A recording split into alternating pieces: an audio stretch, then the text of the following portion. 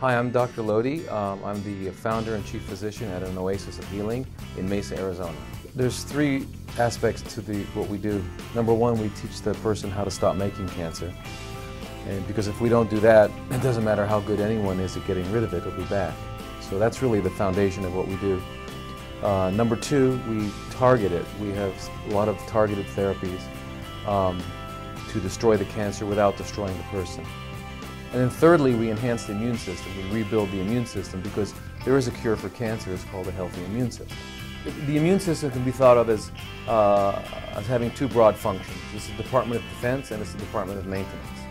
And when it's overwhelmed with maintenance requirements, it doesn't have the resources for defense. And that's ultimately what happens with everyone. Their immune system becomes overwhelmed, number one. And number two, the immune system is not, it's replenished daily. New immune cells are being produced. Well, they can only be produced from the materials that we're putting in our mouths.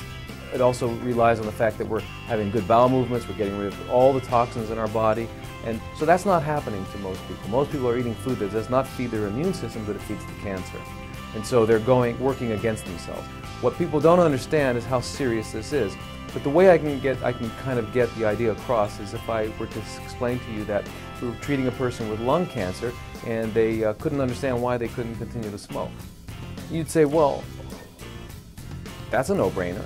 Well, it's the same thing. Once you understand about food and how important it is to our total overall functioning and our immune response, then you understand that when you sit down and eat, you have two choices. You can feed the cancer or you can feed your immune system. And I think if everyone knew, or anyone knew, which was feeding which, they would obviously choose to feed their immune system. And so a big part of what we do is teaching people to stop making cancer by giving their body the raw materials it needs to make healthy cells, and number two, stimulating and enhancing the immune system so it's working at its best as possible.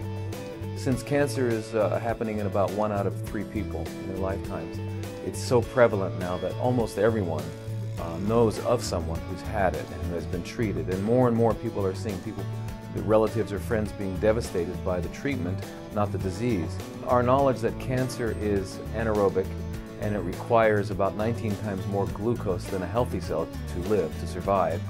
For that reason, it has upregulated onto the surface of its cells all these extra insulin receptors. So if there's any glucose around, the cancer is going to grab it first because they have the most insulin receptors, because insulin always follows glucose. Well, we can exploit that mechanism. That's a mechanism that cancer requires to survive. It has evolved that as a survival mechanism, so we can count on it being intact. So we have a person come in who has not eaten that day. We give them a certain amount of insulin, just enough to saturate the cancer cells. And they open their mouths and they're expecting to be fed, and instead of feeding them, we'll take a 10% dose of the normal chemotherapy. That's the appropriate protocol for that particular cancer, whether it's breast or prostate or colon or lung. And we give it to them, and and what happens is we're targeting, and so we actually get the chemo right where we want it and not where we don't want it. So you don't have to lose your hair, you don't have to get a lot of vomiting and nausea, and all the side effects don't have to occur while you still get the advantages of the chemo. So I would consider that really a truly integrative approach, because we're using the knowledge and the products of conventional medicine to destroy the cancer without destroying the person. And that's usually a very good idea.